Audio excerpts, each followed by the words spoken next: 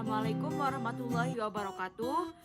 Jadi di sini saya akan menyampaikan materi tentang anatomi fisiologi sel-sel darah dengan dosen pengampu Ibu Fitra Arsy Nurqariah SST MKep. Sebelumnya, perkenalkan nama saya Bayi Agisna Putri dari Prodi Sarjana Terapan Kebidanan. Materi yang kita akan bahas adalah yang pertama yaitu proses hematopoiesis. Kemudian materi yang kedua yang akan kita bahas yaitu anatomi dan fungsi bagian-bagian darah. Selanjutnya materi yang akan kita bahas adalah materi pembentukan sel-sel darah in utero bayi dan anak. Dan materi terakhir yang kita akan bahas kali ini adalah materi tentang sistem sirkulasi darah baik pada janin maupun pada orang dewasa. Nah, materi inilah yang di samping saya ini yang kita akan bahas kali ini pada video ini.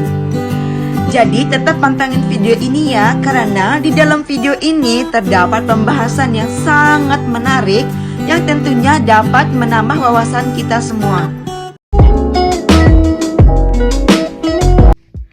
Jadi hematopoiesis itu merupakan pembentukan sel darah di dalam organ pembentuk sel darah, terutama di sumsum tulang belakang dan organ lainnya.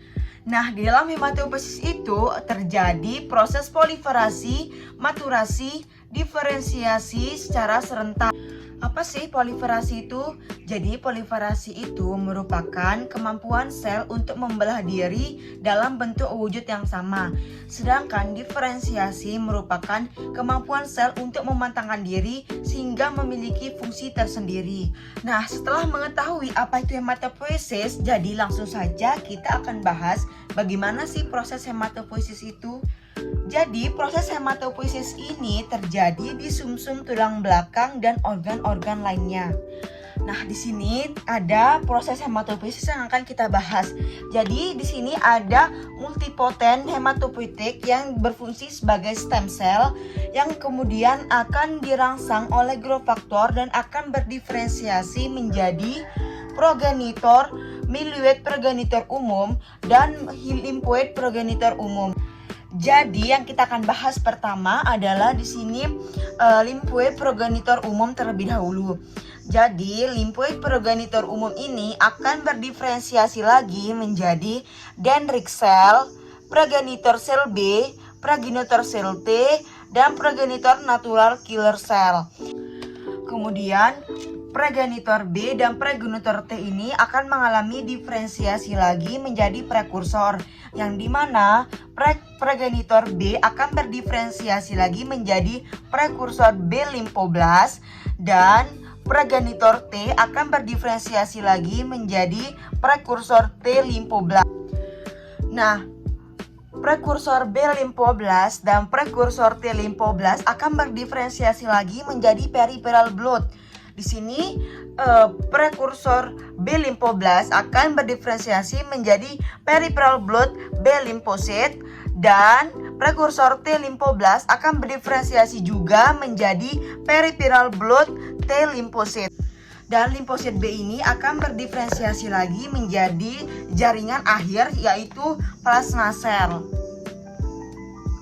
Setelah membahas dari limfosit progenitor umum, maka kita akan beralih membahas tentang myeloid progenitor umum, yang dimana myeloid progenitor umum ini akan berdiferensiasi lagi menjadi granulosit monosit progenitor dan eosinofil basofil progenitor dan terakhir yaitu megakaryotik eritrosit progenitor.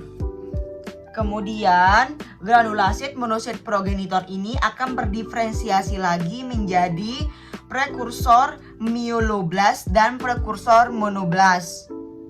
Nah, di sini prekursor myeloblast ini akan berdiferensiasi lagi sehingga menghasilkan peripheral blood yang dinamakan segmen neutropil. Selanjutnya di sini ada monoblast yang akan berdiferensiasi lagi menjadi promonosit dan kemudian promonosit ini juga akan berdiferensiasi lagi menjadi peripheral blood monosit dan berdiferensiasi lagi menjadi jaringan makrofag. Nah, selanjutnya di sini eosinofil basofil. Di sini eosinofil basofil ini akan berdiferensiasi lagi menjadi dua mieloblast. Nah, di sini mieloblastnya tidak ada perbedaan, tetapi setelah berdiferensiasi mengalami perbedaan. Di sini mieloblast ini setelah berdiferensiasi akan menjadi eosinofil mielosit. Sedangkan yang di samping ini setelah berdiferensiasi menjadi basofil mielosit. Nah, seterusnya ketika ini akan berdiferensiasi lagi sehingga akan berdiferensiasi menjadi peripheral blood eosinofil. Sedangkan yang di samping ini setelah berdiferensiasi menjadi basofil akan berdiferensiasi lagi menjadi peripheral blood yaitu basofil. Basofil yang ini eosinofil dan ini basofil. Selanjutnya megakaryotik eritrosit. Di sini megakaryotik eritrosit ini akan berdiferensiasi lagi menjadi prekursor pronomoblast dan prekursor megakaryoblas.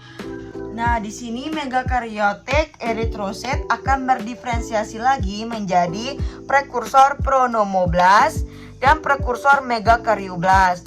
Nah, prekursor pronomoblast ini akan berdiferensiasi lagi menjadi basofilik normoblast, kemudian akan berdiferensiasi lagi menjadi polikromatik normoblast, dan seterusnya akan mengalami diferensiasi sehingga akan menghasilkan peripheral blood yang dinamakan eritrosit. Ini peripheral blood eritrosit ya. Kemudian hasil diferensiasi dari megakaryotik eritrosit yang kedua yaitu megakaryoblas. Nah, di mana megakaryoblas ini akan berdiferensiasi menjadi promegakaryotik, kemudian akan berdiferensiasi lagi menjadi megakaryotik, dan akhirnya membentuk atau berdiferensiasi lagi menjadi peripheral blood yaitu platelets atau trombosit. Ini ya trombosit. Nah, begitulah tadi bagaimana terjadinya proses hematopoiesis di dalam sumsum tulang dan organ-organ lainnya. Nah, setelah kita membahas tentang proses hematopoiesis, selanjutnya kita akan bahas tentang anatomi dan fungsi bagian-bagian darah. Nah, di dalam sumsum tulang belakang ini kan tadi tempat terjadinya pembentukan sel darah. Nah, sel darah itu memiliki 3 komponen, yang dimana komponen yang pertama yaitu red blood cells atau sel darah merah, kemudian white blood cells atau sel darah putih. Nah, white blood cell ini memiliki komponen lagi di dalamnya, yang dimana komponennya itu berupa limfosit, monosit, eosinofil, basofil, dan neutrofil. Nah, komponen yang ketiga yang ada dalam sel darah yaitu platelets atau trombosit. Nah, langsung saja kita akan bahas satu persatu tentang komponen sel-sel darah ini. Jadi yang pertama yang kita akan bahas adalah red blood cells, yang dimana red blood cells ini atau bisa disebut sel darah merah. Sel darah merah ini bisa kita lihat di gambar ini. Di gambar ini saja kita lihat bentuknya itu bulat, pipih, dan ada cekungan di tengahnya. Nih, ada cekungan di tengahnya. Nah, fungsi dari sel darah merah ini adalah membawa oksigen ke seluruh tubuh dan membawa karbon dioksida ke paru-paru. Nah, dan eritrosit atau sel darah merah ini juga mengandung protein yang dinamakan hemoglobin, yang dimana hemoglobin ini berfungsi untuk memberikan warna khas pada darah. Ini kan merah banget ya, ini yang memberikan warna khas itu adalah hemoglobin. Nah, selain itu fungsi hemoglobin itu adalah mengikat oksigen dan membawa sebagian karbon dioksida. Nah, seperti tadi ya, sel darah merah ini atau eritrosit ini diproduksi di sumsum tulang belakang. Tadi udah kita bahas ya. Jadi diperkirakan umurnya sel darah merah ini hanya 120 hari. Kira-kira hanya 120 hari. Nah, sel darah yang komponen yang kedua yaitu white blood cells, yang dimana white blood cells ini memiliki fungsi untuk menjaga kekebalan tubuh dan pertahanan tubuh. Nah, selain itu leukosit atau sel darah putih ini berfungsi untuk menetralkan bakteri atau kuman yang masuk melalui luka yang terbuka. Nah, mengapa demikian? Karena di dalam sel darah putih ini memiliki sifat amobit yang dapat membuatnya bergerak bebas. Selain itu, sel darah putih ini memiliki sifat fagositosis atau memangsa bakteri dan sel-sel yang telah mati. Nah, komponen sel darah yang terakhir yaitu platelets atau trombosit. Nah, trombosit ini atau yang dikenal sebagai kepengen darah ini memiliki bentuk yang tidak teratur, kemudian tidak berinti, kemudian tidak berwarna. Nah, bentuknya atau ukurannya lebih kecil dari sel komponen darah yang dua ini, atau lebih kecil dari sel darah merah atau sel darah putih. Nah, apa sih tugas dari trombosit ini? Jadi fungsi yang utama dari trombosit ini adalah untuk menggumpalkan darah, yang dimana trombosit akan menggumpalkan darah ketika terjadinya luka pada manusia. Selanjutnya kita akan membahas tentang pembentukan sel darah in utero bayi dan anak. Jadi pembentukan sel darah itu dibagi menjadi dua, yang dimana pembentukan darah pada masa prenatal atau dalam kandungan dan pembentukan setelah lahir atau postnatal. Kita akan bahas pembentukan sel darah dalam masa prenatal atau di dalam kandungan terlebih dahulu. Jadi di dalam kandungan ini atau pada masa prenatal ini terdapat 3 stadium. Yang pertama stadium mesoblastik, yang kedua stadium hepatik, dan yang ketiga stadium myeloid. Nah, yang dimana stadium mesoblastik ini terjadi pada saat usia kehamilan 3-6 minggu sampai dengan 3-4 bulan. Nah, karena di dalam kandungan dan usia kehamilannya 3-6 minggu belum terbentuk sumsum tulang.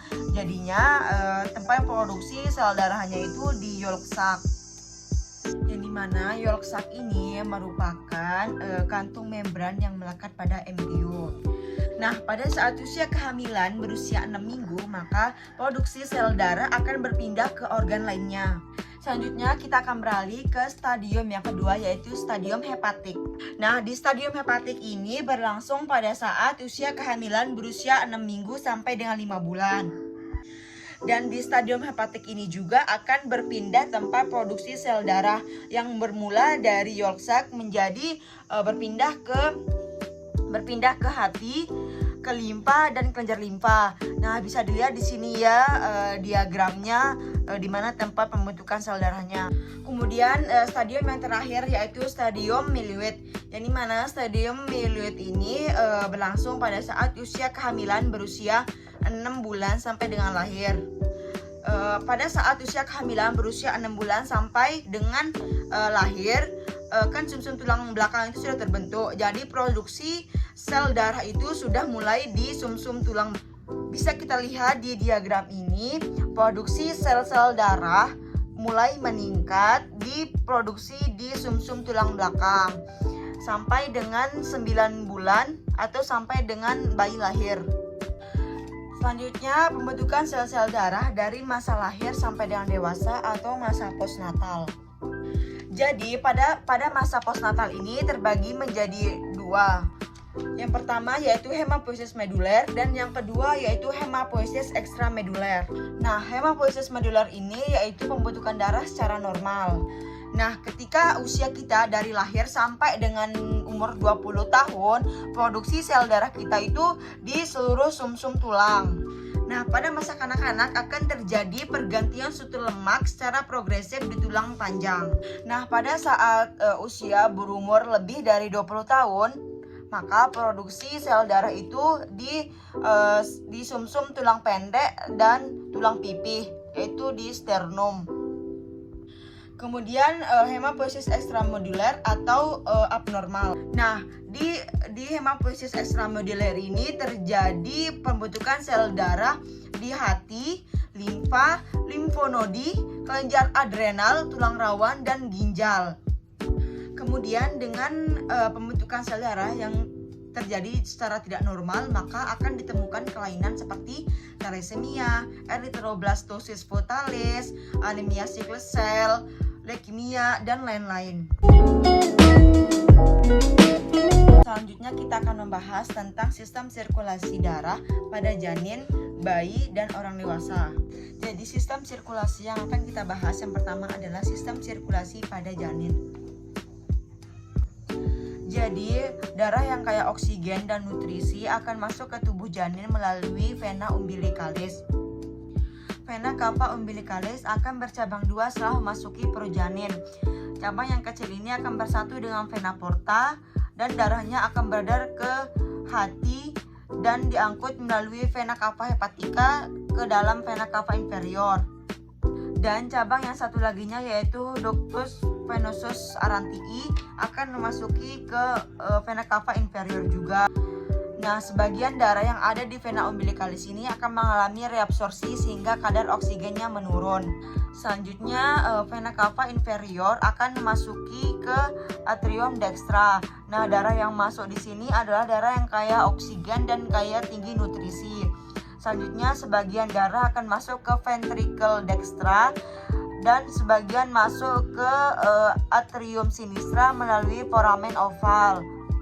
Kemudian darah yang berada di ventricle dextra ini akan dialirkan menuju ke paru-paru. Nah, karena pada janin paru-parunya kan belum berkembang, sehingga darah yang ada di arteri pulmonalis ini akan diedarkan ke aorta melalui ductus arteriosus bothali. Nah, kan tadi paru-paru ini kan belum berkembang pada janin. Nah, darah yang masuk tadi ke sini itu bukan untuk melakukan pertukaran gas, melainkan untuk memberikan makanan pada si paru-paru yang sedang berkembang ini. Kemudian darah yang disebarkan ke aorta tadi akan disebarkan lagi ke seluruh tubuh janin, tapi sebelumnya akan menuju ke AA hipogastrika dan selanjutnya ke AA umbilicalis dan baru ke plasenta. Nah, itulah merupakan sistem sirkulasi darah yang terjadi pada janin. Selanjutnya, setelah membahas tentang sistem sirkulasi darah pada janin, kita akan membahas tentang sistem sirkulasi pada orang dewasa. Sistem sirkulasi darah pada orang dewasa dibagi menjadi dua. Yang pertama, sistem sirkulasi dan sistemik atau sistem peredaran darah besar, dan sistem sirkulasi darah pulmonal atau sistem peredaran darah kecil. Nah, sistem peredaran darah besar atau sistemik itu dimulai dari darah yang kaya oksigen yang berasal dari ventricle sinistra akan dipompa ke seluruh tubuh melalui aorta. Nah, setelah dipompa ke seluruh tubuh, maka darah tidak mengandung kaya oksigen lagi, melainkan darah akan kaya mengandung karbon dioksida. Setelah itu, darah yang mengandung kaya karbon dioksida akan memasuki ke jantung lagi, tepatnya di atrium dextra melalui vena cava superior dan vena cava inferior. Nah, setelah membahas tentang sistem peredaran darah sistemik, kita akan membahas tentang sistem peredaran darah pulmonal. Jadi, sistem peredaran darah pulmonal itu dimulai dari darah yang kaya akan karbon dioksida yang berasal dari ventricle dextra akan dipompa oleh arteri pulmonalis menuju ke paru-paru. Nah, di dalam paru-paru ini akan terjadi difusi sehingga terjadi pertukaran karbon dioksida dengan oksigen. Nah, darah yang kaya oksigen akan menuju ke atrium sinistra melalui vena pulmonalis. Nah, itulah tadi merupakan penjelasan tentang sistem sirkulasi darah pada orang dewasa. Mungkin ini saja yang dapat saya sampaikan dalam video kali ini. Kurang dan lebihnya mohon dimaafkan. Wabillahi taufiq wal hidayah. Wassalamualaikum warahmatullahi wabarakatuh.